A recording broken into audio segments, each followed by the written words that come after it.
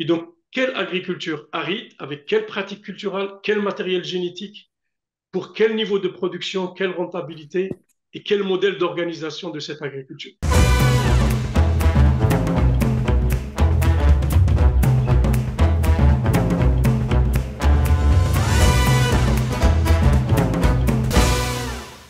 Mesdames, Messieurs, bonsoir. Nous sommes le mardi 25 novembre, il est 20h33. Il fait à peu près 8 degrés dans le sud-est de Paris, enfin de la banlieue parisienne. C'est la 37e émission, c'est dans le sol. Et oui, ça fait émission qui a démarré avec le confinement, ou à peu près. C'est une émission produite, vous le savez. Et si vous ne le savez pas, vous n'allez pas tarder à le savoir, par la coopérative Rhizobium, indispensable coopérative basée à Péchaudier dans le Tarn, qui s'emploie à apporter et à entretenir la connaissance sur les sols pour quiconque s'intéresse au sol et en a besoin pour son travail, pour ses pratiques professionnelles. Rhizobium accompagne à ce jour 17 promotions d'agriculteurs dans le cadre du programme Réseau Sol, Rez apostrophe au plus loin sol, des agriculteurs qui sont suivis sur des cursus de 3 ans. Rhizobium, mesdames, messieurs, propose aussi des formations courtes, vraiment courtes, 2 jours pour comprendre et observer le sol. Et il reste de la place, je regarde, sur la session des 14 et 15 janvier 2025. Profitez-en, le lien est dans le chat, là, en bas de l'écran. Dans cette 4e saison, car c'est la 4e, le fil rouge choisi tourne autour, enfin, comment un fil peut-il tourner? Alors, le fil rouge que l'on tire concerne, a pour titre, ce grand thème sol et climat, hein, après avoir basé le sujet, fondé le sujet, la question du point de vue, on va dire macro, général, avec Claire Chenu et Christophe Cassou. Nous avons abordé quelques pistes sérieuse de solutions locales il y a 3 mois avec Lionel Aletto et Yves Ferrier, et nous vous proposons ce soir de vous intéresser aux défis que doit relever ce fabuleux système de polyculture élevage face au changement climatique. Nous sommes donc le 5 novembre, mesdames, messieurs. C'est un jour où on élit les présidents américains. Vous n'êtes pas sans le savoir. Personnellement, je m'en fous un peu et j'en ai un peu marre qu'on me parle des États-Unis tout le temps. Donc nous sommes enfin ce soir avec vous et merci d'être là pour aborder un sujet autrement plus intéressant, la polyculture élevage et le climat. Mais avant de vous présenter nos invités et ce sujet, eh ben c'est Mehdi qui va introduire le sujet par une petite vidéo de 3 ou 4 minutes. On la regarde. Lors de nos émissions précédentes, nous avons vu l'historique du changement climatique et ses liens avec les sols et l'agriculture. Nous avons vu que cela constitue une véritable crise climatique, alourdie encore par d'autres comme l'effondrement de la biodiversité ou la pollution de l'eau, de l'air et du sol. Or, les réponses que nous y apportons et y avons apportées sont insuffisantes. Aujourd'hui, nous vous proposons de voir comment concrètement les erreurs du passé menacent aujourd'hui les sols et l'agriculture, notamment l'élevage, et quelles solutions peuvent être apportées. Mais avant de nous lancer dans cette quête de solutions, faisons un rapide état des lieux des risques et des conséquences que cette crise climatique a sur le monde agricole. Allez, 5 minutes pour essayer de comprendre, ça commence maintenant.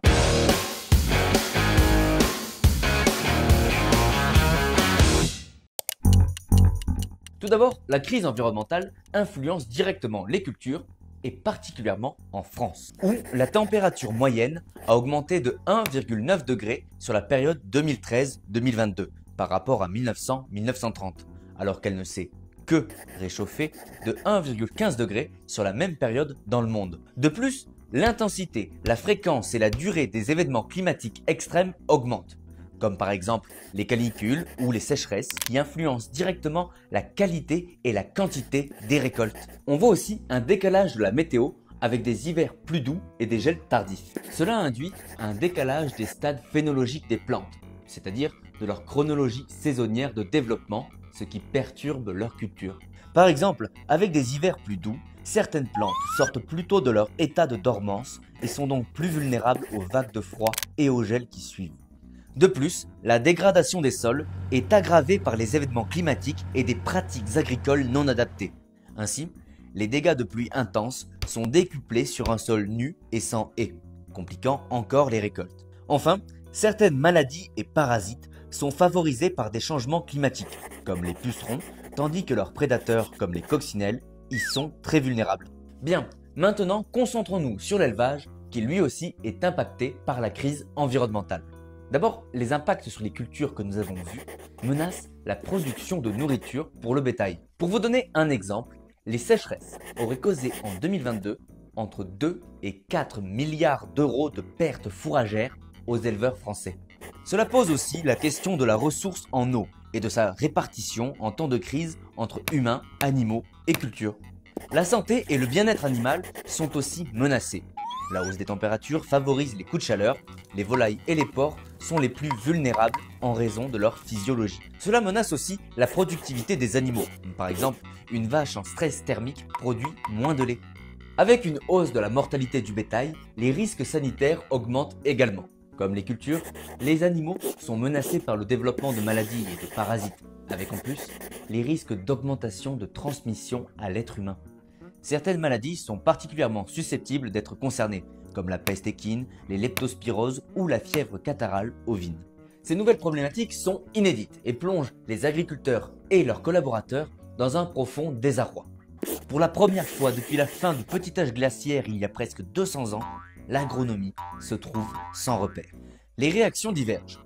Certains s'accrochent à un modèle révolu en blâmant la fatalité, d'autres essaient d'explorer des pratiques alternatives, et d'autres encore louent les innovations technologiques.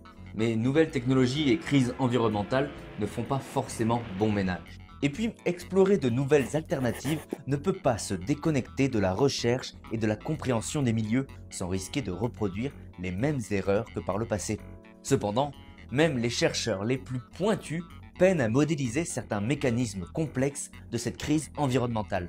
Alors concrètement, coincé entre urgence et complexité, qu'est-ce qu'on fait? Quelles solutions existent? Et comment peuvent-elles être mises en œuvre? Et en particulier pour l'élevage, dont les enjeux sont énormes et dont on parle pourtant beaucoup moins. C'est le thème de cette troisième émission C'est dans le sol de la série Sol et climat. Élevage, agriculture et climat, menaces et solutions. Et ben voilà, merci Mehdi. Vous avez vu que le fond dessiné, c'est mon bureau, mais le fond dessiné est mieux rangé que le mien. Merci Mehdi. Nos invités ce soir, merci de les accueillir, mesdames, messieurs. Ali Daoudi, bonsoir, vous êtes enseignant-chercheur à l'École nationale supérieure. Vous pouvez allumer votre caméra et votre micro. Vous êtes enseignant-chercheur à l'École nationale supérieure d'agronomie d'Alger. Vous êtes agroéconomiste. Tout va bien jusqu'à présent, monsieur Daoudi? Parfait, merci pour l'invitation et merci pour cette belle opportunité de partage et d'échange. Et merci d'être là. Nous élargissons grâce à vous notre horizon au-delà de la Méditerranée. On a d'ailleurs souvent des questions de gens au-delà de la Méditerranée dans le question-réponse. D'ailleurs, si vous voulez poser une question, c'est dans le Q et R, hein, comme question et réponse. Et puis Serge Zaka, agronome et docteur en agroclimatologie. Vous êtes fondateur d'Agroclimat 2050. On vous a vu hier soir chez Hugo Clément, si je ne m'abuse. Si. Ça devait être une rediffusion parce que je C'était n'étais pas au une courant. rediffusion d'une émission de 2023. Voilà, j'étais en train de boire D'accord. mon infusion avec ma fille. J'ai dit, ah, il y a Serge Jacquat. Comment ça va, Serge? Écoutez, ça va bien. Merci pour l'invitation. Je trouve la vidéo introductive excellente. Je suis content de voir que les enjeux sur le changement climatique sont bien compris, notamment sur la phénologie, sur les fréquences des sécheresses, etc. Et je pense qu'on ira un peu plus loin ce soir On va aller sur un cette peu plus fois-ci loin. Donc, Mehdi sera l'élevage. content, ainsi que les auteurs du texte, dont je ne suis pas, c'est les équipes de Rhizobium. Serge, est-ce qu'on peut aller justement plus précisément? Vous travaillez, vous, sur l'influence directe du changement climatique sur le dérèglement climatique, sur l'agriculture. À gros traits pour commencer, à quoi faut-il s'attendre? Quelles seront les grandes tendances que devront affronter l'agriculture demain en France pour commencer?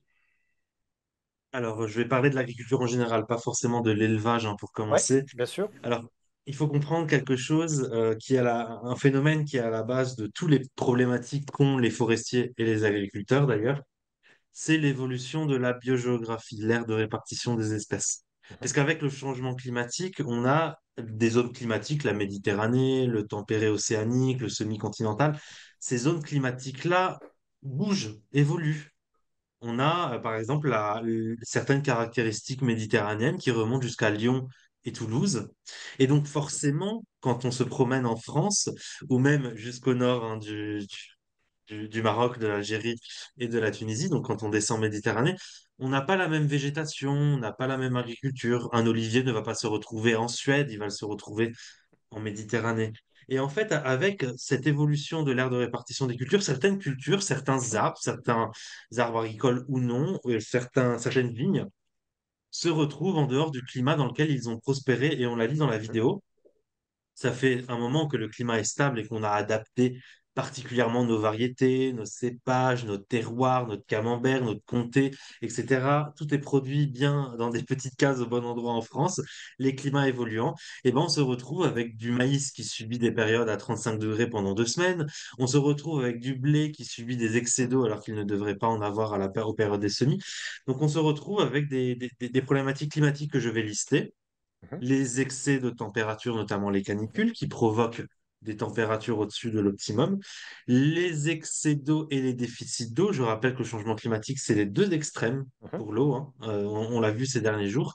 Donc des problématiques d'excès d'eau pendant les semis, mais aussi des problématiques de déficit d'eau pendant qu'on en a besoin en été.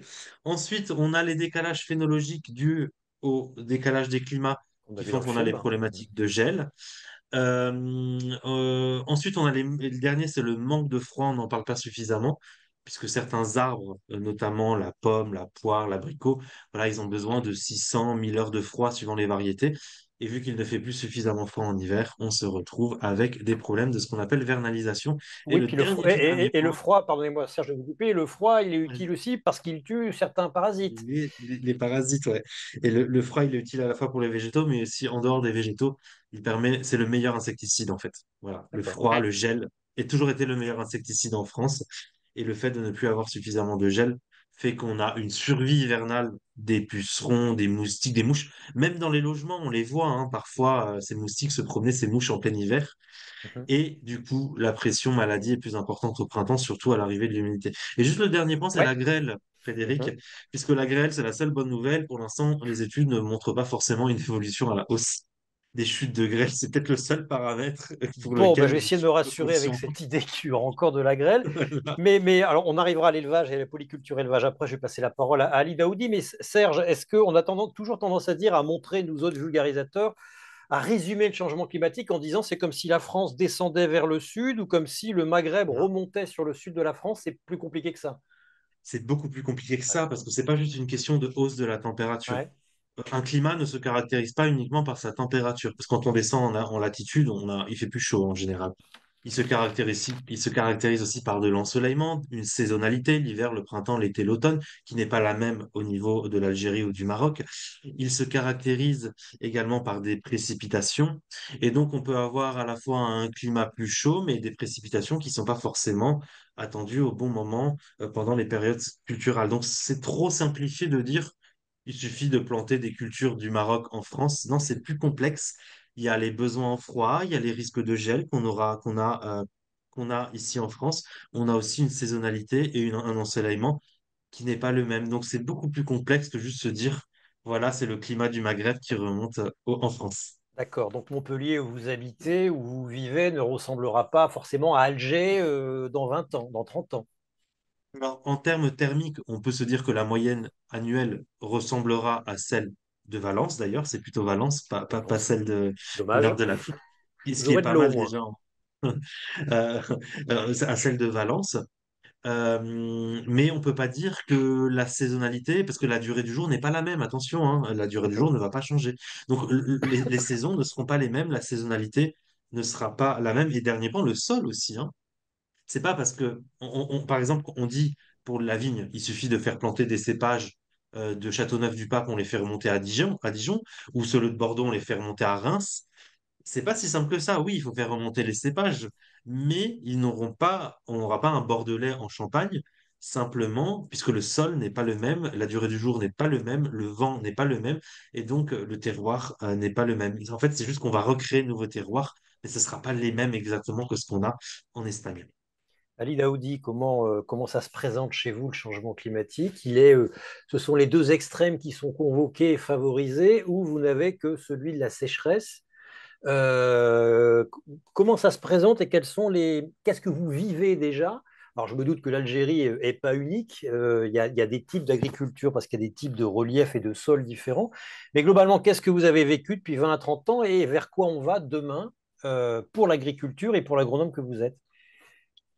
Alors, l'Algérie, en Afrique du Nord d'une manière générale, en Algérie en particulier, la question de l'aridité ou la question de la variabilité climatique est structurelle. Donc, on est déjà dans les questions que vous êtes en train de poser depuis maintenant plus d'un siècle. Donc, ça fait partie de nos éléments structurels. Ce qui a changé, ce qui est en train de changer avec le changement climatique, c'est l'accentuation des phénomènes extrêmes. Mhm. C'est par exemple le prolongement des périodes de sécheresse, D'accord. c'est le décalage des saisons de pluie, même s'il y a en termes de volume cumulé annuel, c'est le même volume, mais les précipitations ne tombent pas au moment où elles avaient l'habitude de tomber, et donc ça déstabilise les cycles de culture qui sont installés habituellement dans les régions. On a aussi des phénomènes extrêmes de type inondation. On a ces dernières années enregistré plein d'inondations qui ont été meurtrières. Où ça en Que ce... particulier? Pardon? Où ça en particulier? Ben, il y a eu des inondations au nord, à Alger Ouais. même. On a eu, il y a une vingtaine d'années, une méga inondation qui a fait des dégâts humains très importants. Et puis, on a eu au sud, dans des villes du sud aussi, tout récemment, à Béchar, il n'y a pas eu il n'y a pas eu de dégâts humains. Par contre, les inondations ont été très importantes. Donc, chaque année, on a le phénomène à la fois sécheresse dans un parti ou en tout cas décalage des saisons de pluie et qui ne tombe pas au bon moment par rapport au cycle végétatif des cultures. Et en même temps, par endroits, on peut avoir aussi des inondations intenses. Ça, c'est ce qui concerne un peu les précipitations, mais on a aussi des phénomènes des gelées tardives ou précoces qui arrivent et qui perturbent le cycle phénologique des plantes. L'année D'accord. dernière, les céréales ont beaucoup souffert à l'est du pays d'un épisode de froid, de gelée qui arrivait au Quand moment ça? de la floraison, exactement. Et D'accord. puis, on a aussi des pics de chaleur qui arrivent plus tôt. Et ça risque d'avoir des phénomènes d'échaudage pour les céréales. Phénomène où on a des fruits qui sont chétifs, qui ne sont pas bien remplis. Donc, effectivement, c'est vraiment les phénomènes extrêmes qui s'intensifient. C'est... Alors, il y a des régions en Algérie, notamment l'ouest, où on enregistre depuis les 30-40 dernières années une baisse assez sensible des moyennes des précipitations. Donc, il y a une aridification du climat Mhm. Mhm. et une augmentation des températures. Ça a été mesuré par des collègues et on peut le toucher. À l'est et le nord-est du pays, c'est un peu moins visible pour l'instant. Par contre, le décalage des saisons des pluies, les phénomènes extrêmes, notamment les températures, perturbent grandement les modèles agricoles établis, remet en cause les connaissances des agriculteurs quant à quand est-ce qu'il faut semer, quand est-ce qu'il faut emblaver l'orge, les céréales par Mhm. région. Tout ça, c'est en train d'être mis en cause par justement ces nouveaux changements et ça perturbe grandement la production. Alors, euh, toute la révolution agricole qu'a connue les pays, qu'ont connu les pays européens les 50 dernières années par le processus d'intensification, c'était un peu grâce à une relative stabilité du climat. Eh ouais. Nos performances relativement moindres en Afrique du Nord s'expliquent aussi par un Par le climat qui a climat.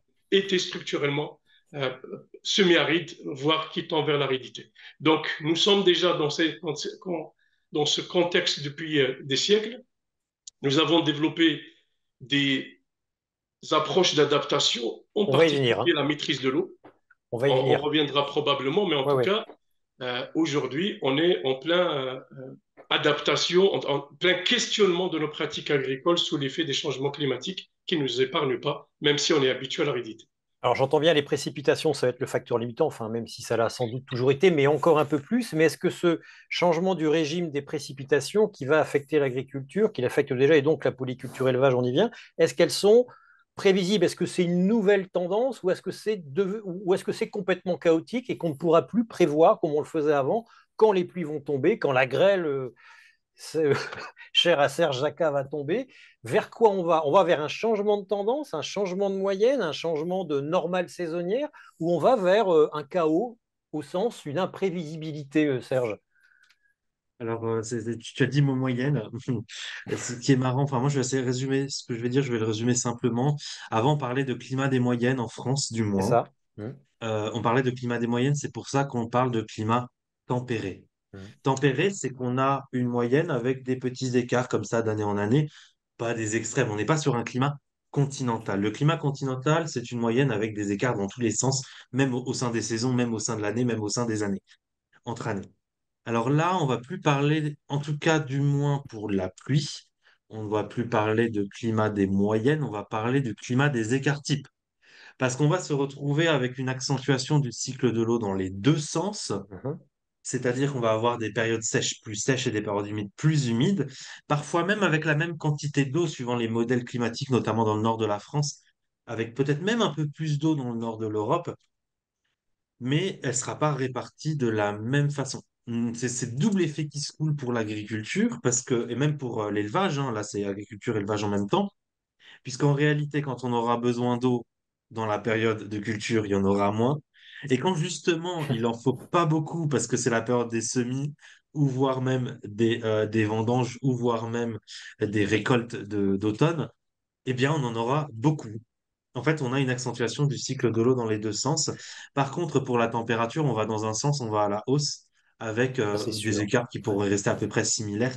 C'est vraiment au niveau des températures que c'est ça le facteur limitant qui pose problème. Par contre, dans le sud de l'Europe et sud de France compris, on s'attend à avoir une variabilité entre les saisons qui sont importantes. Par contre, au niveau de l'année, on va avoir progressivement une baisse du D'accord. Et cumul. ça remet en cause, comme nous l'a dit Ali Daoudi, le modèle, ça déstabilise le modèle intensif occidental, traditionnel, basé sur la mécanisation, basé sur les engrais, basé sur Bien les sûr. pesticides, sur des En fait, variétés sélectionnées. c'est une Cet agriculteur-là a besoin de moyenne et pas d'écart type, si je Ouais, résume. l'agriculture a besoin de stabilité, mais même tout type d'agriculture, c'est pas forcément l'intensif, le bio aussi, la permaculture aussi, je veux dire, c'est un métier dont la production dépend, dont le revenu dépend de la production. Donc, pour avoir un revenu à peu près stable et pouvoir envisager quelque chose d'intéressant dans l'avenir, que ce soit pour la personne ou pour l'entreprise, eh bien, il faut avoir un minimum, une production qui soit stable. Et là, pour l'instant, avec le modèle qu'on a actuel d'agriculture qui a été établi du coup sur un climat stable, bah forcément quand on a des à-coups qui sortent de ce climat stable, bah les rendements s'en ressortent. Ça ne veut pas dire, surtout pas, que dans l'avenir, on va pas maîtriser cette instabilité. Mhm. Parce qu'en réalité, en faisant un changement du système agricole en lui-même, on peut s'adapter au climat futur comme on s'est adapté au climat passé. On peut s'adapter au climat futur à condition, bien sûr, que les gaz à effet de serre et que le climat ne change pas perpétuellement après 2050, qu'on essaie de se stabiliser quand même en 2050, parce que sinon, là, on parle d'instabilité où le modèle qu'on va essayer de reconstruire sur le nouveau climat, bah, il faudra le reconstruire après 2050, puis après 2080, parce qu'on aura la même problématique d'évolution thermique et hydrique perpétuelle. Ça dépend vraiment à la fois. On peut s'y adapter si le climat se restabilise de nouveau, peut-être à un niveau plus élevé, pour redescendre lentement C'est derrière. pas Mais garanti, ça ne ça, veut quand pas même, dire hein. qu'on va mourir de faim. Absolument, c'est Ben, c'est ça pas le garanti problème. pour l'instant. Oui, Mais ça Ali ne veut pas Daoudi. dire qu'on va mourir de faim. Voilà. Ça, j'ai bien compris. Alors, je disais, tout le problème avec le changement climatique actuellement, c'est que nous sommes dans une phase de transition Ça. et il n'y a pas encore un modèle qui se stabilise. S'il y avait un modèle qui se stabilise, l'adaptation serait relativement, je ne dirais pas facile, mais il y aurait adaptation. Nous sommes dans une phase de transition où les changements d'une année à une autre envoient un nouveau climat auquel on n'était pas habitué et ça vraiment déstabilise les acteurs et c'est cette rapidité ou accélération du changement qui donne l'impression que l'adaptation est un challenge difficile. Mhm. Et certainement, s'il y aura demain de la stabilisation, progressivement, il va y avoir une émergence de nouveaux modèles adaptés à ces nouvelles conditions. Mais Mais entre-temps, c'est quelle agriculture dans ces conditions de transition? C'est ça le défi auquel font face les agriculteurs. Comment gérer saison par saison, cycle par cycle, dans un environnement aussi instable? Et vous avez de l'avance sur nous, a priori, Ali Daoudi. Vous êtes au sud de l'Europe. Le changement climatique, en tout cas les écarts que nous connaissons, vous les connaissiez avant. L'agriculture algérienne, c'est adapté à abandonner, à modifier le modèle intensif qui était le sien, comme ici, jusqu'à maintenant, ou alors vous en êtes encore à exercer le même modèle et à chercher, ou alors vous êtes pas décidément au même niveau que nous. Alors, en Algérie, la solution qu'on croyait être la solution miracle, c'était la maîtrise de l'eau et l'irrigation. Et Ouais. donc, Et vous il y n'y a êtes pas beaucoup arrivé. d'investissements qui ont été faits à la fois de côté public et privé Mhm. pour promouvoir la mobilisation de l'eau et la maîtrise de l'irrigation et la stabilisation de la production par la maîtrise de l'eau. Sauf qu'on ne peut pas le faire partout. Il y a des régions où il n'y a pas assez d'eau. Et donc, il y a forcément une grande partie de l'agriculture algérienne qui est restée une agriculture pluviale, soumise aux aléas de la variabilité climatique. Et dans ces régions-là, on n'a pas encore produit un modèle qui est adapté. On a essayé d'intensifier, de copier le modèle intensif européen avec des résultats relativement mitigés. Quand il y a des bonnes années, les rendements sont là. On peut avoir du 40, 50, 60 quintaux à l'hectare dans des conditions de pluviométrie bonnes. Et après, avec toute la variabilité, ça ne marche pas à tous les coups. Et donc, c'est des modèles qui ne sont pas généralisés. Et les agriculteurs ne les adoptent pas, restent sur des systèmes extensifs qui minimisent les pertes et qui ils sont plutôt dans une gestion, dans une logique de gestion de risque plutôt que dans une logique d'optimisation de la D'accord. production. Mais ça, c'est pas des modèles optimaux. C'est des modèles optimaux en situation de crise, mais c'est pas des modèles optimaux dans des situations Pour normales. nourrir la population algérienne, vous voulez dire. Exactement. D'accord. Et c'est des modèles qui sont basés sur quoi? C'est moins de labour, c'est la couverture des sols, c'est la polyculture élevage, c'est des rotations longues, C'est c'est c'est- c'est d'abord moins d'intrants, ouais. c'est-à-dire moins de passage de tracteurs et donc moins de labour. C'est moins de fertilisation. Pourquoi? A priori, moins de fertilisation. Enfin, pourquoi? Moins de fertilisation, parce que quand je mets beaucoup d'argent dans la fertilisation, quand il n'y a pas de production, On n'avait pas je vais ailleurs. perdre beaucoup. Un. Mhm, Et mhm. deux, la fertilisation azotée, quand il n'y a pas une bonne humidité, ça ne donne pas les effets escomptés. Et donc, effectivement, l'une des solutions par le bricolage et par l'adaptation par l'empérie, c'est justement de réduire les apports en fertilisation. Et donc, on tend vers des systèmes extensifs. Lorsqu'il y a une bonne année pluvieuse, on compte essentiellement sur la fertilité naturelle des sols et ça donne des rendements relativement acceptables, 25-30 quintaux à l'hectare. Mais quand il y a des années moyennes ou des années déficitaires sur le plan hydrométrique, eh ben, les productions, les quantités produites sont très faibles. Tout l'intérêt de la polyculture élevage, Serge Zaka, alors qui est pareil de toutes les vertus, hein, enfin, qui ressort aujourd'hui, on redécouvre ce modèle qui avait été un peu oublié. Un des intérêts, c'est ben, au moins la fertilité animale, enfin, liée aux animaux qui se substituent à la dépendance envers les engrais minéraux. Enfin, il n'y a pas que ça, mais c'était un des intérêts de la polyculture élevage. Oui, c'est un des intérêts. Alors, dans un contexte climatique variable, toutes les choses qui permettent de faire tampon dans les extrêmes, que ce soit extrême de gel, extrême de température, sécheresse ou tout ce qui fait tampon et téter les extrêmes sont des solutions. Et téter Donc, les extrêmes, ça je voulais ouais, cette expression. ben, on est, ben, nous, dans les courbes de température, on voit les pics, donc on appelle ça une tête, quoi, et Mm. s'il peut faire moins chaud dans la parcelle, mais ne serait-ce que gagner 3-4 degrés, c'est pas non plus mettre la clim dans la parcelle, hein. C'est déjà beaucoup en réalité, pour une vache ou pour un blé ou pour un maïs. Donc, dans ces solutions-là, on retrouve le sol qui permet de détecter les extrêmes hydriques hauts et bas, les arbres qui permettent de détecter les extrêmes thermiques et le vent et l'évapotranspiration, et après les techniques culturales, comme par exemple le fait d'avoir des animaux à proximité, notamment des paysages beaucoup plus complexes, des animaux qui viennent parfois en hiver s'occuper de la parcelle, les fertilisations organiques qui permettent de fertiliser le sol. Cette fertilisation du sol en organique permet également de faire remonter le niveau de vie du sol, qui permet lui-même de faire vivre le sol et de mieux stocker l'eau, parce qu'un sol vivant stocke un peu plus d'eau, notamment par rapport à sa structure et sa matière organique, plus par rapport à la structure, mais la matière organique joue aussi un rôle. Donc voilà, tout ce qui permet d'étêter, donc l'animal va intervenir, lui, sur la fertilité du sol. Mais également, ça peut être une source économique intéressante au niveau d'un territoire, parce que si tout un territoire est basé uniquement dans une culture ou deux, notamment du céréal ou de l'arboriculture ou de l'olive, comme on a pu voir en Andalousie avec les canicules pendant la floraison, ou de la moutarde, comme on a pu voir au Canada pendant la canicule Hum, hum. il y a 4 ans, ou du cacao, comme en Afrique, on l'a vu aussi ces derniers temps. Eh bien, bah, tout s'effondre dans le territoire si jamais il y a un événement climatique qui intervient pendant une période de sensibilité. Donc, ça permet d'étêter, en fait, d'avoir une diversité économique et aussi de faire plus attention en fait au sol, Il faut notamment pour faire attention au sol. Et justement, monsieur Daoudi, le Ali stockage de Daoudi, l'eau.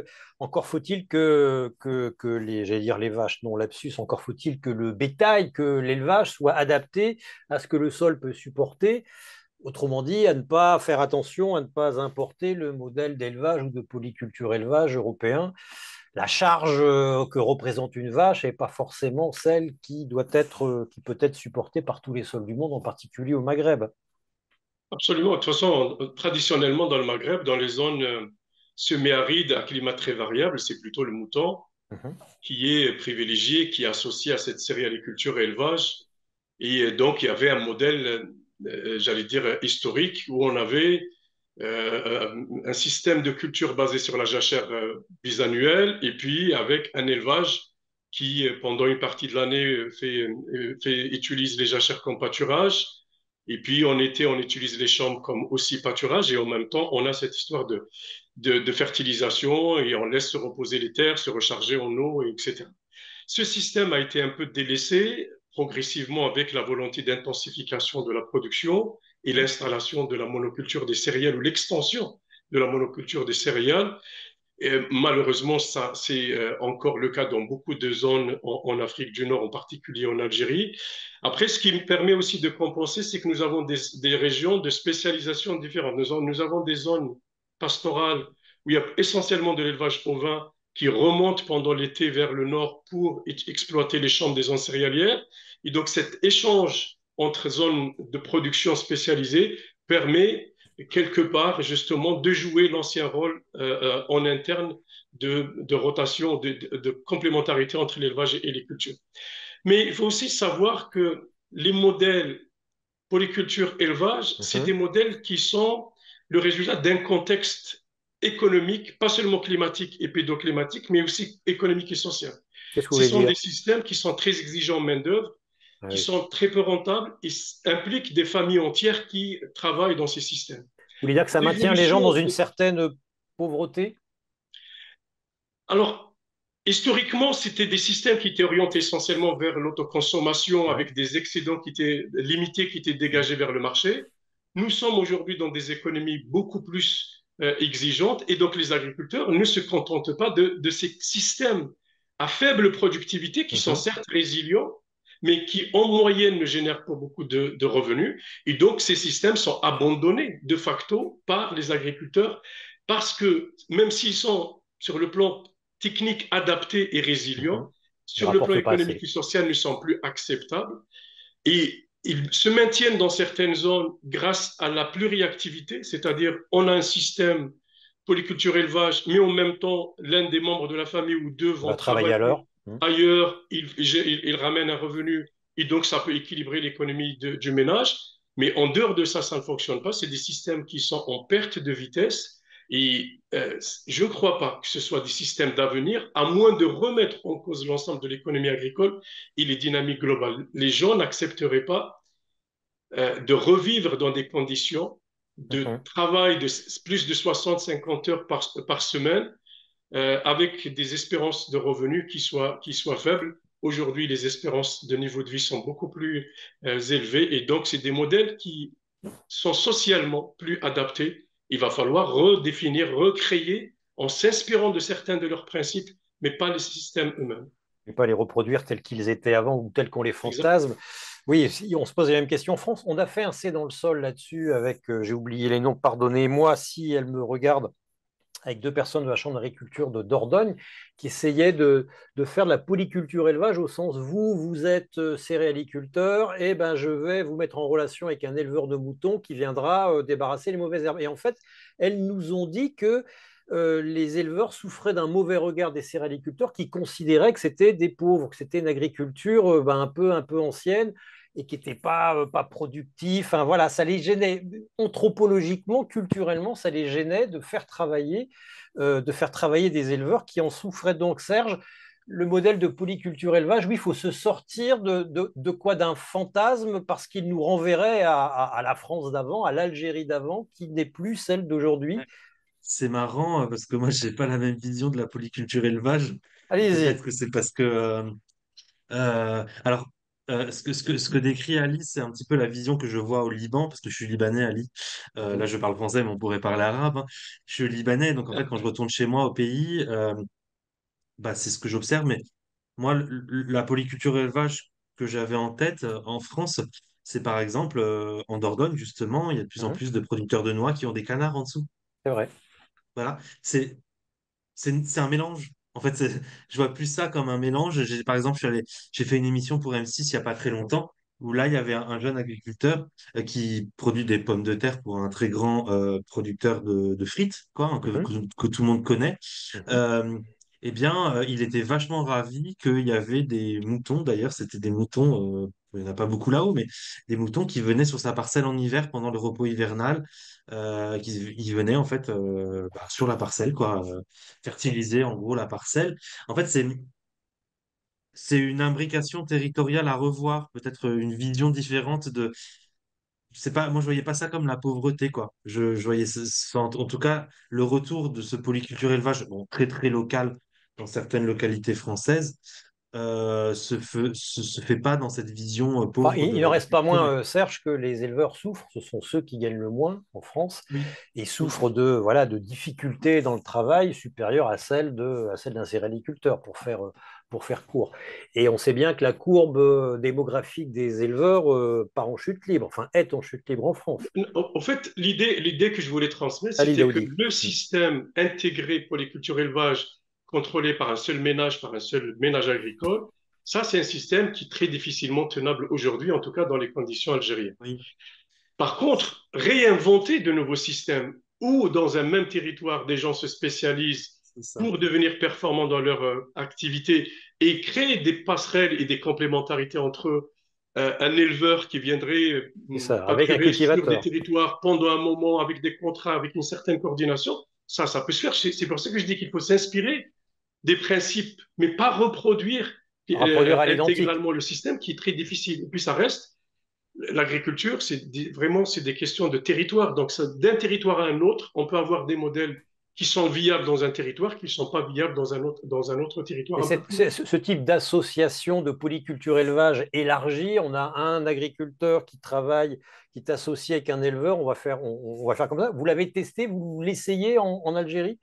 Alors ça, c'est historique en définitive chez nous. Je parlais D'accord. tout à l'heure de deux zones, deux grandes zones.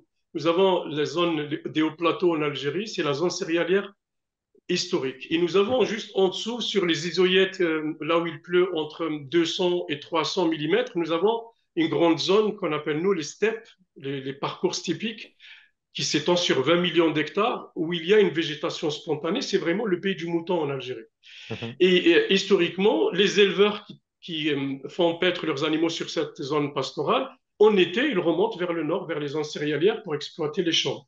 Ça, c'est un modèle historique aussi qui date depuis des siècles et des siècles, sauf qu'aujourd'hui, avec le morcellement des exploitations du Nord, avec l'intensification, là, quand il y a de l'eau, on pratique des cultures d'été sur les champs, et donc on ne laisse pas les champs se reposer pendant l'été, mais on pratique une culture d'été quand il y a de l'eau, ou, etc. Ça rend difficile la cohabitation entre le maintien de l'ancien système de complémentarité entre les régions. Ça peut se faire à l'échelle d'un territoire, peut-être. C'est à réinventer. Le Mhm. principe est bon, mais le modèle dans sa globalité n'est plus d'actualité. Il est dépassé sur le plan global. Par contre, ce dont il est question, c'est de s'inspirer des modèles, des principes de ces modèles pour générer à l'échelle des territoires des nouveaux modèles adapté au territoire, aux acteurs. Ça demandera beaucoup d'actions collectives, ça demandera beaucoup d'espace de concertation et d'échange pour recréer ces modèles de demain. Ça peut se modéliser, ça, Serge, à quelle échelle, avec qui, comment, pourquoi on fait de la polyculture élevage? On l'a introduit là où il y en avait, où il n'y en a plus. Dans la Beauce, par exemple, il n'y a que de la culture. En Bretagne, il n'y a que du cochon. Ça peut se modéliser, mais c'est vachement compliqué. C'est des choses que je peux pas faire tout seul. C'est des choses qu'on peut faire à C'est pas ce que l'INRA, je vous par demande. Je vous exemple, demande pas de réfléchir à la entre, polyculture. à l'INRA, entre Ouais. différents centres de recherche, parce que ça fait intervenir de l'économique, du social, de l'adaptation au climat, de l'adaptation au sol, enfin, de la modélisation agronomique, économique. Enfin, c'est extrêmement difficile. C'est peut-être d'ailleurs pour ça que c'est difficile de trouver des articles scientifiques qui Mm. soient pertinents et qui regroupent à la fois le retour de la polyculture élevage en termes économiques. En fait, la conclusion, souvent, c'est bah, le modèle économique en lui-même agricole d'hyperspécialisation régionale suivant le meilleur rendement de chaque plante par région, on va dire, bah, il est à revoir. Donc, en général, la conclusion, c'est bah, dans le système agricole actuel tel qu'il a évolué depuis la Seconde Guerre mondiale, remettre de la polyculture élevage, c'est compliqué. C'est ponctuel, ça peut se faire, mais c'est compliqué. Et je rejoins Ali qui en parlait justement de ce système global euh, en lui-même, quoi. D'accord. Ou est-ce qu'il faut élargir la définition? La polyculture élevage, ça peut être, comment dirais-je, un système de culture avec plus d'arbres, mais qui utilise avant tout des engrais animaux plutôt que des engrais minéraux. Si on élargit la définition, est-ce qu'on arrive comment dirais-je, à envisager la polyculture élevage demain? Je Oui, vois de la toutes les polyculture. Oui, façons. Pardon, Vas-y, Serge, Ali. allez-y. vas-y, Allez-y, Serge. allez-y. Ok. Moi, je vois plus la polyculture élevage comme quelque chose d'une gestion territoriale, tu vois. En gros, on a un territoire, on a des zones, parce qu'il y a des sols profonds, on va plutôt faire des céréales. On a des zones où le sol est moins profond, un peu plus bocagé, ou zones humides, où là, on doit absolument garder des animaux, et qu'il y ait des échanges, en fait, de matière végétale entre ces zones ou de matière pour fertiliser. En fait, la polyculture élevage d'avenir, pour moi, ça se fait au niveau d'un territoire, mais plus au sein d'une exploitation. Ça, Je sais pas si- non, non, mais ça j'ai bien compris, mais un territoire, c'est quoi? Parce que s'il faut transformer du fumier sur 200 kilomètres, ça va coûter bonbon en camion, c'est lourd le fumier. C'est quoi un territoire? euh, un territoire, ça peut Ah être, ben, ça peut être à l'échelle du département ou de la région, hein. Par exemple, l'Auvergne, tu prends l'Auvergne. Pour Mhm. moi, c'est un territoire où tu as de l'élevage dans les volcans, sur les volcans, Mhm. parce qu'on ne va pas mettre du maïs sur les pentes, je suis désolé, enfin, j'espère que personne ne va le faire. Donc, climatiquement parlant, avec l'excès de pluie, notamment sur la partie ouest de l'Auvergne, il y a les vaches laitières, il y a les vaches à viande, il y a le Salers, par exemple, qu'on retrouve en Auvergne. Il y a plein de fromages qu'on retrouve en Auvergne qui sont très célèbres. Et à côté, du côté de la plaine de la Limagne, là, tu as Mhm. plutôt des sols profonds où tu te retrouves avec du maïs et du blé, parce que c'est là où forcément bah, c'est le plus intéressant économiquement parlant. Et c'est là où on peut avoir, pour moi, une polyculture élevage au niveau territorial, d'échanges préférentiels de matières Oui, mais les pour... agriculteurs vous disent, vous répondront, oui, mais ça coûte cher, parce qu'encore une fois, voilà, c'est du camion sur de longues distances, c'est lourd, et en plus, donc, on émet du carbone. On ne se tire pas une balle dans le pied finalement, en Tout réaccordant, dépend, en se basant j'ai sur envie cette de dire, spécialisation agronomique, cette encore une fois, complémentarité de terroir. Vas-y. je reviens sur le fait que si on étête les extrêmes dans un changement climatique, c'est intéressant. Si on étête les extrêmes aussi de variation de prix des rendements, des engrais Mhm, chimiques, dont on dépend de mhm. l'énergie d'autres pays, pas uniquement de la France, ça peut être aussi intéressant de lisser, on va dire, ces prix en fait d'engrais dans le temps, notamment dans un climat qui change de plus en plus, ou et dans des prix aussi énergétiques qui changent de plus en plus, et dans une géopolitique mondiale, notamment avec la Russie en ce moment. Je ne sais pas qu'est-ce qui se passera dans l'avenir, mais dont les prix aussi varient de plus en plus. Le but, c'est pas de savoir si ça coûte moins cher une année et plus cher une autre, et puis on change Mhm. on cherche le moins cher. Non, le but, c'est de lisser, en fait, pour moi, la fertilité. Alors, bien sûr, on n'arrivera pas à fertiliser organique 100%. Il y aura toujours un peu de chimique, ça dépend des types d'agriculture. Mais c'est que on peut avoir un matelas, voilà, de fertilité organique au sein d'un territoire, quoi. Ali Laoudi, en Algérie, on sait, de par la carte des sols, de par enfin, tout ce qu'a dit, tous les facteurs qu'a évoqué Serge, où on peut raisonnablement envisager de la polyculture élevage, même à une échelle large. Il y a des endroits où on ne pourra jamais la faire. Alors aujourd'hui, polyculture élevage, ça subsiste encore dans les zones, je dirais, marginales, dans les zones de montagne, où il y a très peu de terre sur des échelles relativement maîtrisées par un agriculteur et sa petite famille. Ça subsiste encore. Dans les zones où on a de l'agriculture à grande échelle et une agriculture marchande orientée vers le marché, c'est vraiment très rare. Après, nous avons ce que Serge vient d'expliquer, des phénomènes d'échange de flux importants de matière organique animale d'une zone de production vers une autre. Nous avons, par exemple, le fumier, enfin la fiente de volaille qui est produite essentiellement dans le nord parce qu'il y a une spécialisation dans l'est du pays de plusieurs wilayas, de plusieurs départements dans ça. Il y a des volumes entiers énormes qui sont exportés vers le sud, vers des zones de production de pommes de Donc ça terre. existe déjà, Donc, ça. c'est de grandes quantités de fumier il y a tout un marché, toute une filière de transfert de matière organique pour produire essentiellement de la pomme de terre. Donc, pratiquement une grande partie de la pomme de terre qui se fait en Algérie, elle est fertilisée par de la fiente de volaille qui est produite essentiellement dans le nord et la production se fait dans le sud. Donc, il y a cet échange, mais uniquement sur des filières qui sont très rentables, qui peuvent supporter justement le coût de ce D'accord. transport de l'eau. Après, effectivement, ça soulève toutes les questions de l'impact environnemental de ce type de complémentarité entre régions très éloignées de ces échanges de matières organiques. Donc, c'est vraiment...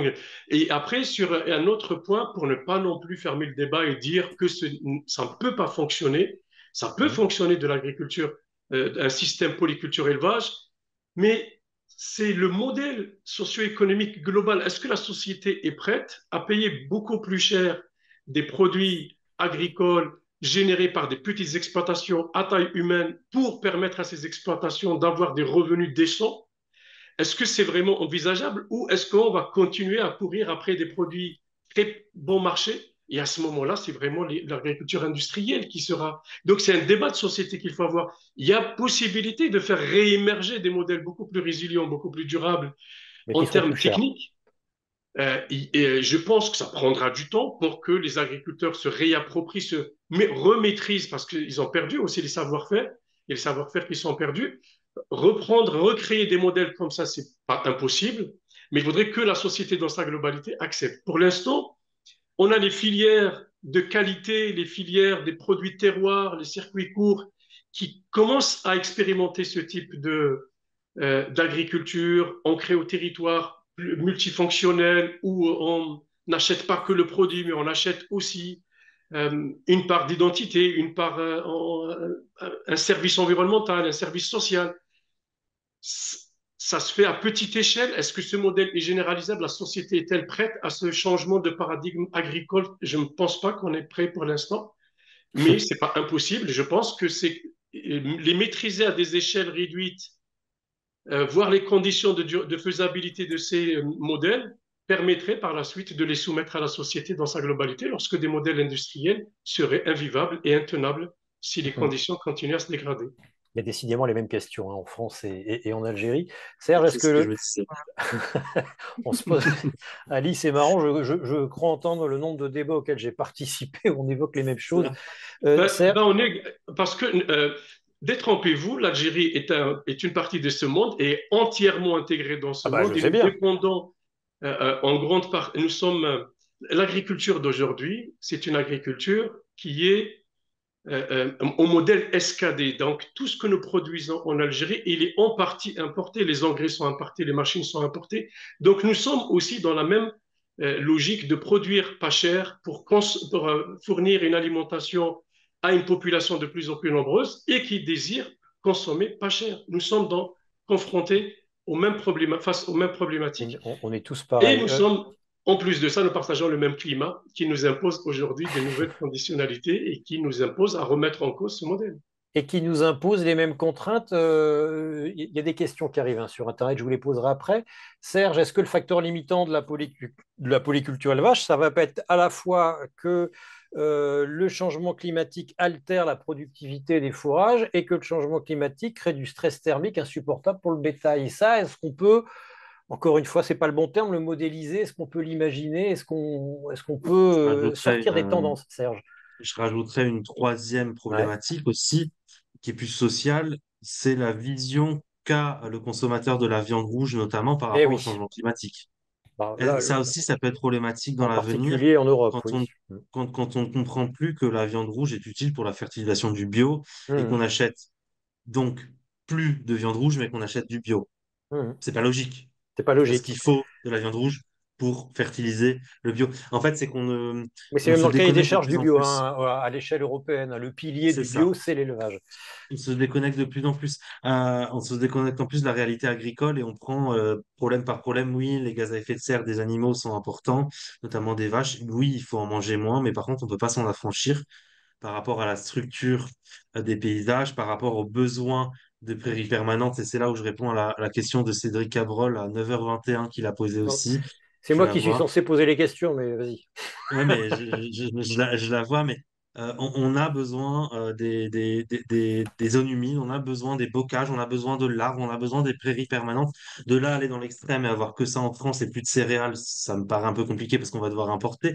Mais on en a besoin dans les paysages par rapport à l'évapotranspiration, par rapport aux canicules. Ce sont des zones de tampon, hein, pour l'eau et pour les excès de température. C'est très important, cette structuration du paysage. Bon, je reviens maintenant à ta question, c'est Frédéric, Alors vas-y, sur commence par le stress thermique. Le stress le, thermique sur le bétail. le stress thermique sur les bovins.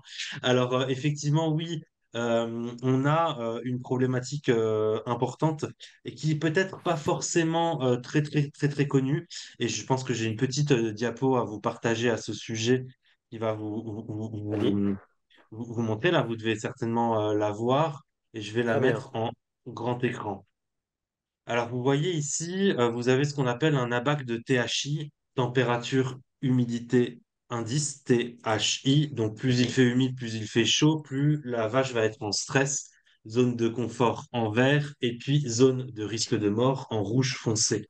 Donc, à court terme, ce stress thermique va avoir des impacts très importants sur la production journalière. Donc, pour une canicule qui dure 2, 3 jours, quoi, hein, perte d'appétit, et puis surtout un mal-être animal qui s'installe dans une société où on veut surtout en Europe de plus en plus que l'animal vive heureux jusqu'à la fin de sa vie, malheureusement. Impact long terme, donc si la canicule dure, là c'est beaucoup plus problématique, donc des impacts économiques court terme, mais aussi moyen terme, parce qu'on peut avoir des infections, des problèmes de reproduction, des défenses immunitaires, donc des dépenses supplémentaires, et puis parfois des mortalités, donc des pertes économiques à moyen terme. Donc voilà, voilà ce que ça peut produire. Et si on regarde les indices de THI à Carhaix en Bretagne, à Amiens, à Saint-Dizier et dans la Loire à Chambeux, eh bien Chambeuf ou Chambeux, eh bien on a les indices de THI qui sont multipliés par 2, par 4. Et ça peut poser, je passe à des problématiques de perte essentiellement économiques, notamment ici en modélisation que j'ai faite sur la France, des pertes. Donc là, je considère qu'il y a des vaches laitières dans toutes les régions, hein, c'est normal qu'il y en a Mhm. aussi en Camargue. C'est Mhm. juste uniformément, j'applique mon modèle sur toutes les régions. Donc, on peut avoir des pertes de rendement jusqu'à moins 25% en été. C'est énorme, hein, C'est énorme. Ouais. dans les plaines du sud de la France. C'est énorme. Et on voit que certaines régions, dont les Alpes, dont l'Auvergne et dont les côtes de la Manche, s'en sortent un petit peu mieux. Donc, on aura toujours du camembert et de la raclette, je vous rassure, en 2050. C'est Voilà. Donc, l'essentiel. Ali Daoudi, il y a la même problématique sur le mouton? Non, le mouton, c'est une espèce quand même qui est assez adaptée et nous avons des races en Algérie qui sont très adaptées aux conditions climatiques extrêmes, les chaleurs d'été qui sont très importantes.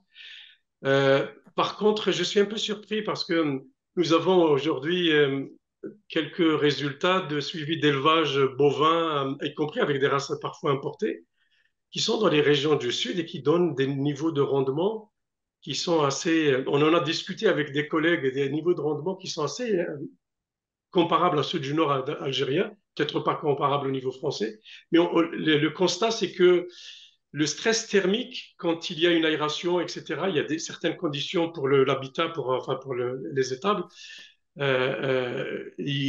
L'impact du stress thermique sur la production de lait, il est certain, mais 25% pendant juste quelques périodes de pic de chaleur, c'est quand même très, très important. Donc, ces résultats sont vraiment à prendre en considération. Donc, je disais, par rapport à ça, l'une des solutions, c'est les sélections de race, c'est les élections de matériel génétique. Donc, l'un des mécanismes d'adaptation, c'est d'aller vers, nous avons sélectionné pendant les dernières décennies sur la base de rendement, dans des conditions optimales climatiques stabilisées.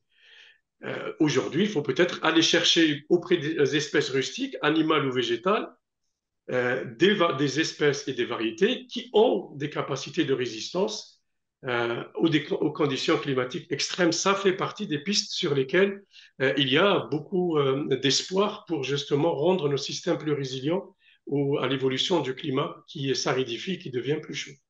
Serge, on remplace les vaches par des moutons un peu partout en France. On Ou, passe ou, au ou par des fromage de vaches plus chèvre ou de rustiques, pas brebis nécessairement par des ou des moutons. vaches plus rustiques, Serge. Ouais, ouais. Là aussi, j'ai toute une diapo qui va vraiment vous intéresser. C'est Allez, sur les solutions qu'on a en France, en global en France. Donc là, vous avez le diapo. En termes d'adaptation solution, alors il n'existe pas qu'une solution, hein, je mets toujours ça, hein. Les mhm. personnes qui disent j'ai la solution magique qui va résoudre tous vos Il faut se problèmes, méfier, oui. bah, il faut s'en méfier. Donc il y a cinq principaux pôles de solutions. Là, on a parlé des races. Notamment, il y a de plus en plus de races résistantes à la chaleur. Enfin, on recherche des races résistantes à la chaleur dans des projets de recherche comme Rumigène, sachant que les races à viande bovin sont plus résistantes que les races à lait. Là, j'ai envie de dire, ouais, c'est intéressant de chercher des races, mais pourquoi pas aller chercher dans l'Europe du Sud des races déjà existantes avant d'en chercher de nouvelles et les faire remonter plus au nord. C'est peut-être plus simple et plus rapide, ceci dit. Et on a parlé des bâtiments, Ali a parlé des bâtiments. Bah justement, nous, le problème en France, c'est que nos bâtiments ne sont pas faits pour les canicules. Mhm. Et en fait, on a construit des bâtiments en Bretagne, en Normandie, où on se retrouve maintenant avec des 35, même 40 degrés jusqu'à Brest, où on a beaucoup de mortalité de volailles et de porcs parce que les bâtiments, c'est des étuves. Donc, tout ce qui est rénovation des bâtiments, arbres autour du bâtiment notamment, brumisation, ventilation, ça, c'est des choses qu'on n'a pas chez nous, partout, Enfin, il faut que ça et pousse, il qui peuvent. faut leur laisser le temps de pousser aux arbres quand même pour qu'ils fassent de l'ombre. Oui, oui, des arbustes autour des. Oui, au bout de 5 10 ans, ça va si on est encore là. Euh, on a la gestion, la gestion de l'alimentation. Bon, ça, on s'est déjà vu, su, connu. C'est on donne de l'alimentation différente pendant les périodes de chaleur, à pas aux mêmes heures, etc. Modification des horaires de mise bas. Après, nous, on a le numérique chez nous, Alice, c'est les colliers connectés. Je sais pas si tu vois ce que c'est, qui Bah vont oui. évaluer les mouvements de la vache et en fonction de ces mouvements, savoir si elle est en chaleur, d'ailleurs, pour la Mhm. reproduction ou en chaleur par rapport aux canicules, suivant les mouvements.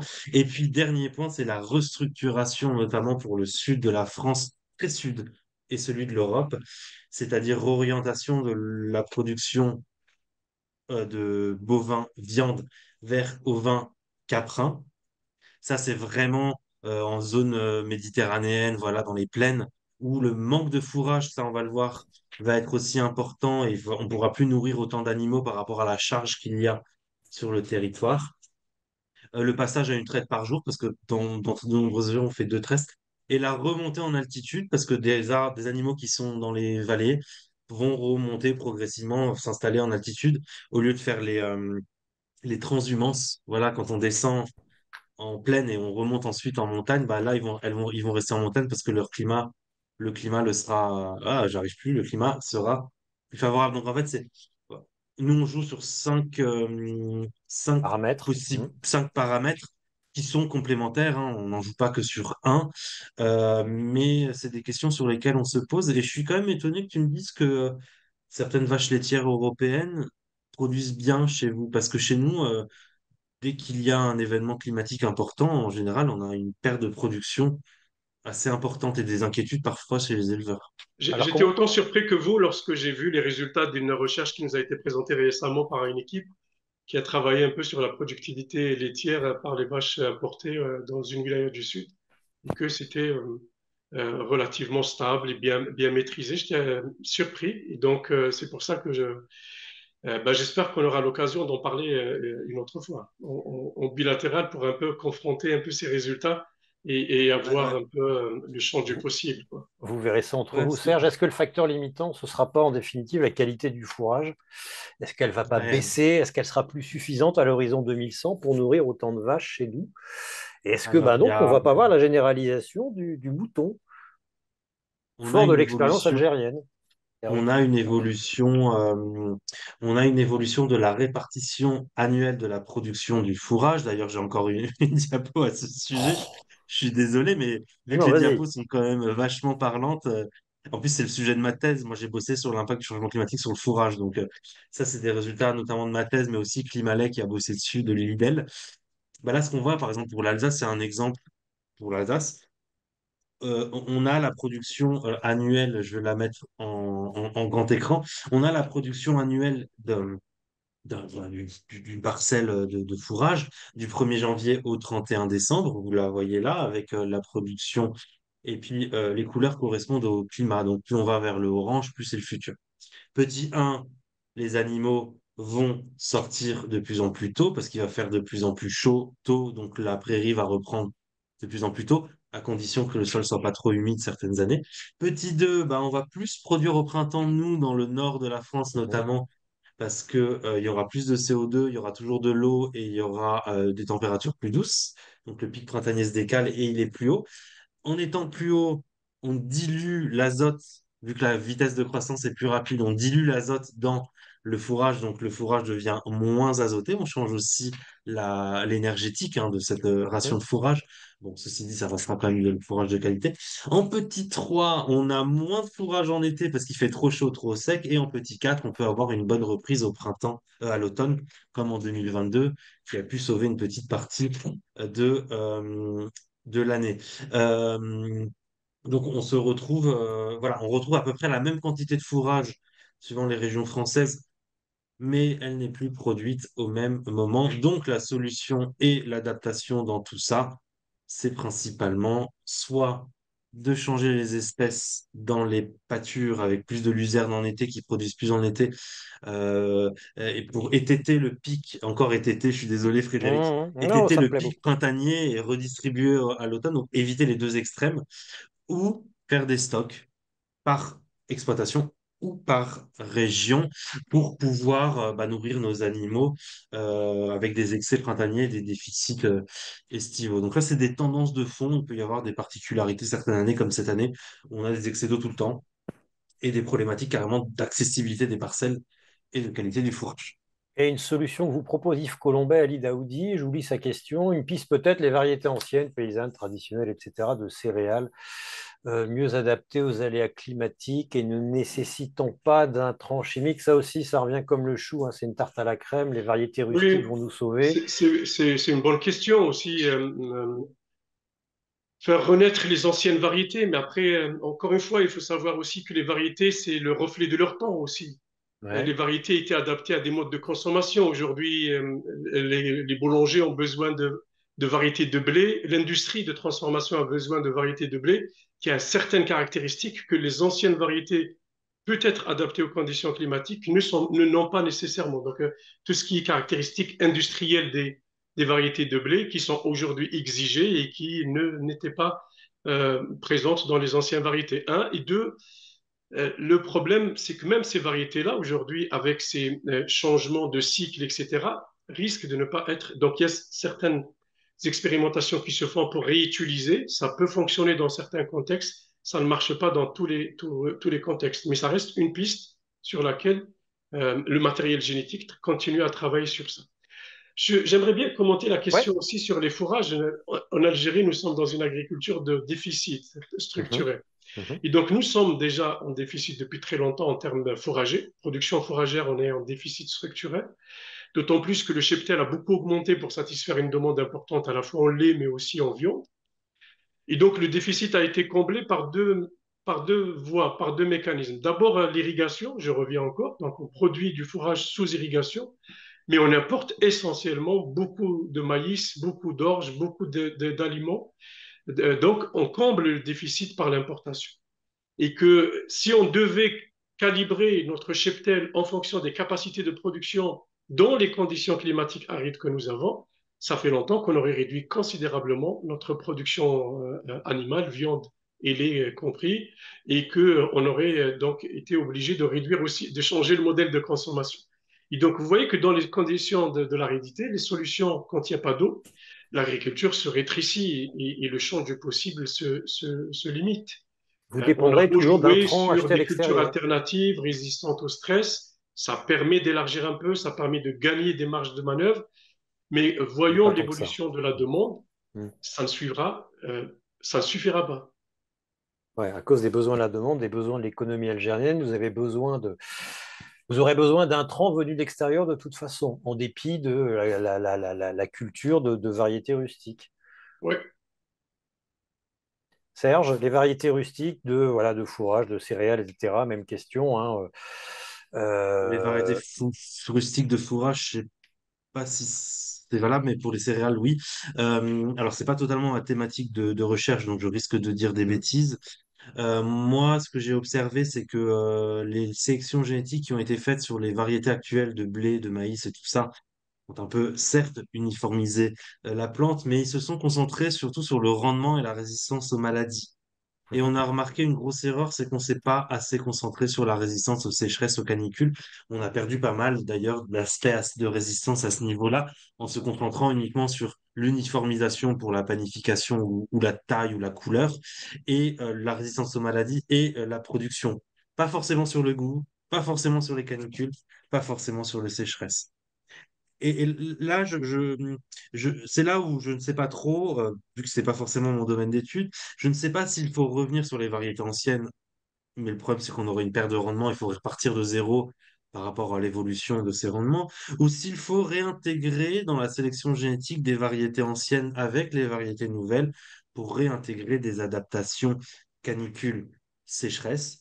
Par exemple, le porc racinaire. Le porc racinaire, c'est une adaptation aux sécheresses, d'avoir des racines qui plongent rapidement, profondément, au lieu qu'elles soient de surface, ou l'adaptation de la gestion des stomates, c'est aussi une gestion de l'eau par rapport à l'ouverture et la fermeture des stomates. C'est les petites cellules qu'il y a les sur les organes de feuilles pour faire respiration passer des, les... des feuilles. C'est Hmm. ça. Ça, c'est des choses qui me paraissent importantes pour l'avenir. Après, vu que je ne travaille pas dans la génétique, je ne pourrais pas dire où ça en est dans les recherches et si je dis des bêtises, mais moi, je vois plus un mélange, voilà, des D'accord. anciennes et des nouvelles que un retour aux anciennes variétés, Hmm. parce que économiquement parlant, je pense que ça va être compliqué de retourner aux anciennes. Mais le fourrage, on peut aller le chercher en levant la tête quand on est une vache ou un mouton. L'agro-sylvo-pastoralisme, l'agro-foresterie, les arbres que l'on plante peuvent aussi servir de fourrage et même de litière, allez savoir, dans les stabulations. Euh, En fait, j'ai pas de question, c'est juste une remarque. Si Tout à vous... fait. Non, non, mais sur cette remarque-là, c'est important parce qu'il faut aussi parler des paysages, Hmm. parce que les paysages sont une des solutions au changement climatique. L'arbre est une des solutions. Et donc, les animaux sont une des solutions dans un paysage par rapport à la présence d'arbres, notamment dans les pâtures. Les haies que les animaux peuvent manger, etc. Mais ça fait aussi de l'ombre et ça coupe le vent, et ça, c'est important. Il y a une remarque pour vous deux de Christophe Savon. Bonjour pour le fourrage. Il serait peut-être intéressant de tester des essences comme le sorgho d'Alep, qui pousse comme du chien dans les friches méditerranéennes avec un bon développement en contexte subméditerranéen, région toulousaine par exemple.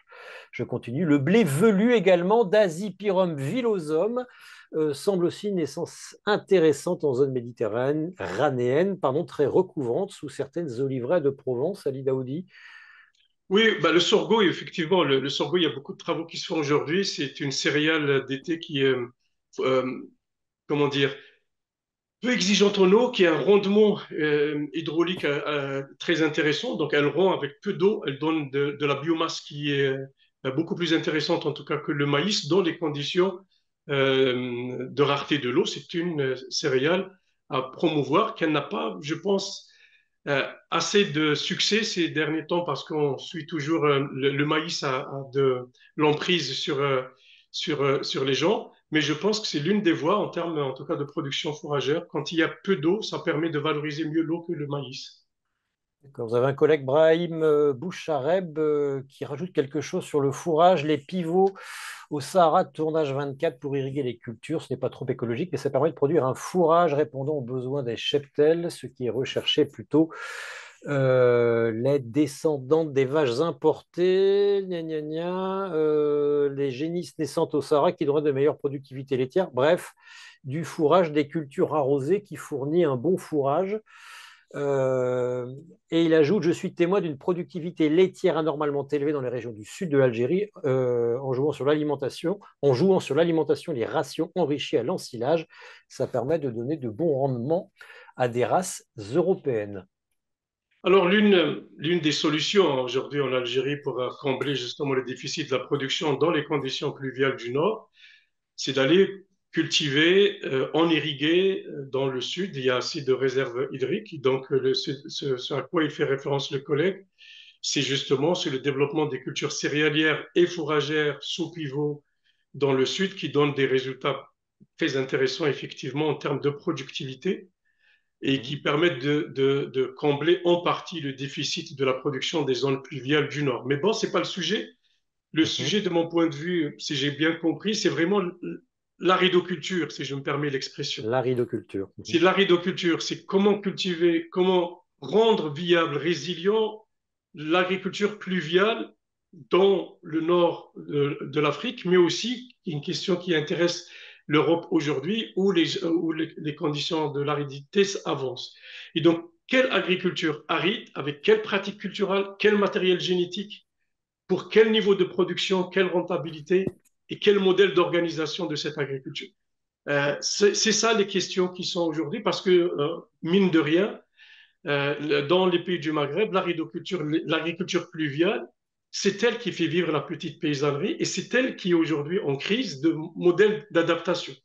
Elle subit de plein fouet l'accentuation des phénomènes extrêmes. Euh, Elle court après l'intensification avec des résultats qui ne marchent pas. Faire marche arrière vers les pratiques anciennes, c'est illusoire. Les Mhm. pratiques anciennes ne donneront pas de résultats. Et donc, il y a un vrai challenge de produire des modèles alternatifs pour cette agriculture.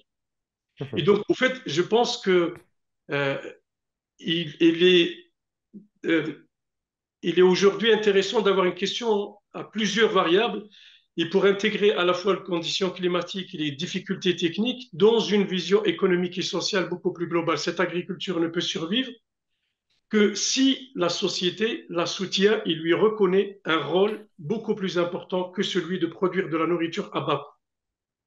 Et ce rôle-là, il faudrait qu'il soit défini, mesuré, quantifié, et il faudrait que la société accepte de payer le prix de cette agriculture parce qu'elle a un rôle à jouer en termes à la fois de sécurité alimentaire, mais aussi de préservation de ressources et de maintien On revient de toujours le même, hein. Les l'équilibre des agriculteurs changeront territoires. s'ils ont les moyens de le faire. Une question pour vous, Serge, de Marine Landrieux. Vous avez mentionné l'agriculture d'écart-type pour illustrer les conditions extrêmes qui risquent de s'amplifier, notamment pour la pluie. Sécheresse versus très forte pluviométrie au lieu d'une certaine régularité. Quelles sont les avancées scientifiques sur le sujet épineux? Ah, bah, je ne l'avais pas prévu celle-là. Des méga-bassines. Bah, finalement, on va parler d'irrigation comme ça, voilà. Ouais, non, mais je sais bien parce que on va parler des paysages.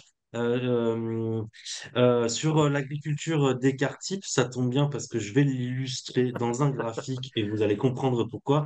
Désolé, je suis scientifique, hein, Regardez, là c'est le graphique du rendement du maïs avec une moyenne qui augmente, mais avec des variations faibles autour de la moyenne. Et vous voyez ici, là, les Mhm. écarts types, on les voit bien entre les bons et les mauvais étés. On a des écarts de plus en plus importants autour de la moyenne. Et ce qui fait que la moyenne, maintenant, elle se stabilise, parce qu'on a de mauvais étés au niveau du maïs. Donc voilà pour Alors, cette bassine, illustration de irrigation, on a bien l'agriculture. compris qu'il faudrait de l'eau de toute façon, Oui. mais comment, pourquoi Et faire? ça tombe bien cette question parce que je voulais rebondir sur ce que disait Ali par rapport à l'agriculture en zone aride. Hmm. Nous, en France, on n'est pas à ce niveau-là. On peut être en semi-aride peut-être du côté de Perpignan, mais le reste, on n'est pas dans les critères du semi-aride. Donc, ce qui est intéressant, c'est que pour préserver l'eau, nous, en France, au niveau des paysages, le plus longtemps possible dans un contexte de changement climatique, il va falloir qu'on apprenne à faire ce qu'on appelle de l'hydrologie régénérative ou de la gestion des paysages ou de la gestion de l'orographie et de la gestion de l'eau sur ce paysage. C'est-à-dire regarder où s'écoule l'eau, où qu'on a accéléré le cycle de l'eau aussi, où il y a moins de haies, moins d'arbres, l'eau coule plus vite. sur les pentes, par exemple, qu'on a maintenant, à la place des escaliers qu'on avait avant dans les montagnes, ça glisse, ça part directement en rivière. Le but, c'est de ralentir, de répartir et d'infiltrer, de stocker cette eau de surface. Alors, pour l'instant, la réponse que nous avons de la part du ministère de l'Agriculture, des agriculteurs, par rapport à cette accélération de l'eau sur le continent par des sols qui sont moins vivants, par moins de haies, enfin voilà, c'est vraiment un tout, mais aussi l'urbanisation, la bétonisation, les zones humides où on retrouve des centres commerciaux. Enfin, il n'y a pas que l'agriculteur hein, dans l'histoire. Et ben, la réponse est de retenir cette eau justement, comme je le disais, mais de la retenir par les nappes phréatiques et de faire des méga-bassines ou des réserves de substitution. Euh, c'est effectivement une des solutions, j'ai bien dit une Une des des solutions. solutions, mais ce n'est pas la solution la plus durable à long terme pour adapter, par exemple, notre cher maïs ou d'autres cultures au changement climatique. Si par exemple, je ne sais pas si vous voyez ici mon écran, si par exemple on retrouve les réserves de substitution dans les adaptations au maïs pour et l'irrigation, l'amélioration des outils d'irrigation, pour l'adaptation du côté du matériel. Mais en parallèle, il ne faut pas oublier qu'on a la génétique, voire de nouvelles filières, parce que le maïs, même si on a de nouvelles variétés, il consommera toujours plus d'eau qu'un olivier ou qu'un abricotier, qu'un pistachier ou qu'un sorgho, à condition de faire des recherches génétiques sur le sorgho, parce que pour l'instant, c'est pas trop ça en termes de rendement par rapport au maïs. Après, on a des évolutions paysagères, c'est-à-dire que si vous avez une méga bassine pour irriguer du maïs pour les animaux, en fait, c'est une continuité du système agricole tel qu'il est maintenant. Moi, j'appelle ça un patch, un pansement pour continuer à Mhm. faire comme on fait. Mais en parallèle, on ne change ni la variété de maïs, ni les filières qui consomment moins d'eau sur le territoire. Un paysage ouvert, des parcelles toujours aussi grandes exposées au vent et au soleil, donc à l'évaporation et à la transpiration. On fait pas, bon, les dates de semis, on les change et on ne travaille pas aussi sur l'agriculture de conservation des sols, plus de couverts, de verdure Mhm. de protection des sols, eh bien pour moi, la méga-bassine est une maladaptation dans ce cas précis. Par contre, si la bassine est là pour permettre de laisser le temps, même si on est en retard, de l'évolution paysagère avec des garanties d'arbres isolés, de haies, de couper le vent, de maîtriser le microclimat de la parcelle, beaucoup plus de couverts végétaux, aucun sol nu, beaucoup moins de labour, voire pas de labour suivant les puristes ou non. Changement de l'aire de répartition des cultures avec de nouvelles variétés moins consommatrices d'eau et de nouvelles espèces moins consommatrices d'eau, le tout avec un système d'irrigation connecté au goutte à goutte ou je ne sais rien qui Mhm. permet de consommer moins d'eau. Là, la méga bassine se retrouve dans un contexte général d'évolution agricole qui permet de s'adapter au changement climatique. Donc, on passe d'une maladaptation à une adaptation. Et donc, ça dépend vraiment comment on considère cette bassine, si c'est une solution ou si c'est juste Une fuite en avant un, une pour faire fuite en comme avant avant. pour faire comme si de rien n'était. Et encore une fois, en agriculture, les solutions sont complexes pour une problématique qui est complexe. Ici, vous avez 9 cas de solutions juste pour le maïs. Et ces 9 cas, bien sûr, ne sont pas les mêmes pour le blé, pour le Mhm. sorgho, pour la vache laitière ou pour euh, le, euh, le Mhm. fourrage. Ali Daoudi, faudra irriguer de plus en plus en Algérie. Alors, juste dans les conditions de semi-aride, l'agriculture, elle est nécessairement basée sur l'optimisation de l'utilisation des eaux. Donc, Mhm. le peu d'eau qu'il y a, il faut le collecter l'eau superficielle là où il n'y a pas de nappe. Le water harvesting, la collecte de l'eau à travers des dispositifs petits à l'échelle des exploitations, à l'échelle collective, à l'échelle d'un territoire, ça fait partie des traditions des territoires semi-arides. La maîtrise de l'eau est un enjeu de survie pour les territoires semi-arides, d'où dans nos régions, ancestralement, c'est des sociétés hydrauliques. L'agriculture n'existe pas dans nos régions d'une manière durable Mhm. Mhm. sans une relative maîtrise de l'irrigation et de l'hydraulique.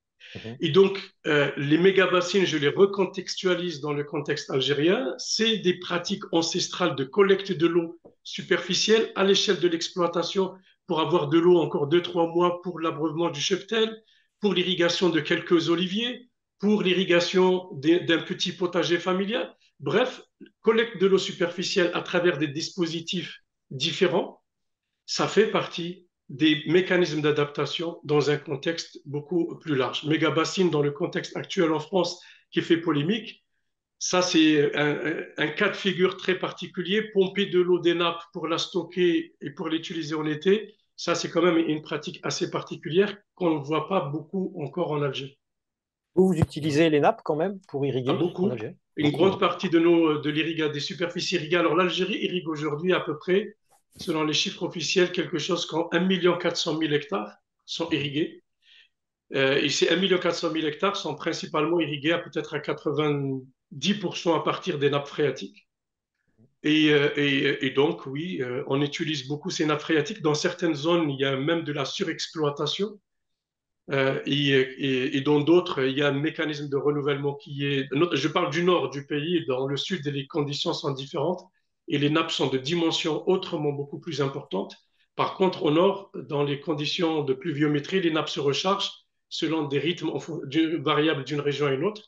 Et nous avons une agriculture irriguée basée sur l'exploitation de ces nappes et qui constitue aujourd'hui l'essentiel de la production agricole en termes de valeur en Algérie aujourd'hui. D'accord, mais est-ce qu'elle est pensée, comme l'a dit Serge tout à l'heure, est-ce que l'eau, est-ce que l'irrigation est pensée en tenant compte de tout, en tenant compte des sols, en tenant compte du Absolument. futur? Oui, Absolument. Aujourd'hui, par exemple, dans tout ce qui est production maraîchère, l'Algérie est quasiment autonome à n'importe pas de produits maraîchers. Elle dégage des excédents exportables. Tout ça s'est fait en irrigué avec aujourd'hui un niveau de technicité très élevé et on utilise essentiellement du goutte à goutte, de l'aspersion maîtrisée aussi sur les. Donc, il y a une relative maîtrise de l'irrigation en Algérie sur des cultures qui sont de rente. Le problème, c'est les grandes cultures, céréales, fourrages, qui posent encore problème parce qu'ils sont cultivés essentiellement dans des zones où il est difficile, où les nappes ne sont pas importantes, où l'irrigation généralisée n'est pas encore impossible. d'accord. Il y a une question, je ne sais pas, je vous la pose, Serge, parce que je ne la comprends pas. Parlez-nous du phénomène de poulettisation face au changement climatique. Pour finir, je la trouve bien cette question que je ne comprends pas. Alors, la poulettisation, peut-être qu'il parle du fait de consommer plus de poulet depuis Ça doit être que la, ça, voilà. Bon, que la on n'est pas vraiment consommation dans le du. sujet, sauf si le poulet fait de Alors, la noisette en même temps ou autre chose. euh, je, je, Beauté en peut-être que touche. si on est quand même un peu dans le sujet, j'ai ma diapositive de Mais c'est poulettisation. pas vrai! Alors, vous avez ici la diapositive de poulettisation où vous voyez la consommation globale de viande qui diminue légèrement depuis les années 1990, mais qui reste élevée. Et vous voyez qu'en fait, c'est juste une part différente de la viande qui se redistribue. On perd un petit peu en porc, mais on perd aussi en bovin qui prend à la place des volailles, la volaille prenant aussi la place de certains abats, notamment parce qu'en France, à Lille, on mange beaucoup moins d'abats que dans les pays méditerranéens. La viande, on mange que le noble, hein, le muscle, mais tout ce qui est intestin, langue, cœur, tout ça, on les jette maintenant, ou alors on les donne aux chats et aux chiens dans la transformation.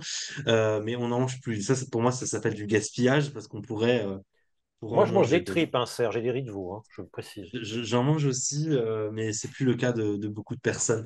Et du coup, cette poulettisation se voit sur ce graphique où la consommation de volaille augmente, avec des importations aussi qui augmentent. Alors, c'est pour deux raisons. L'une des raisons émergentes, c'est qu'on veut manger moins de viande rouge parce que ça émet des gaz à effet de serre. Ce qui est d'ailleurs vrai, c'est la diapo suivante, mais je la présenterai pas Non. parce que c'est pas la question. Et en plus de cela, c'est parce que la volaille coûte quand même moins cher dans une société où on veut de moins en moins dépenser de l'argent pour l'alimentation, mais plus pour les loisirs, notamment tout ce qui est mensuel. Mensualisation de Netflix, de téléphone, de tout ça. Enfin, on est dans une société de mensualisation ou la mensualisation même du cinéma, où maintenant on paye par mois, ou du coiffeur. Mon coiffeur, il fait par mois les coupes maintenant.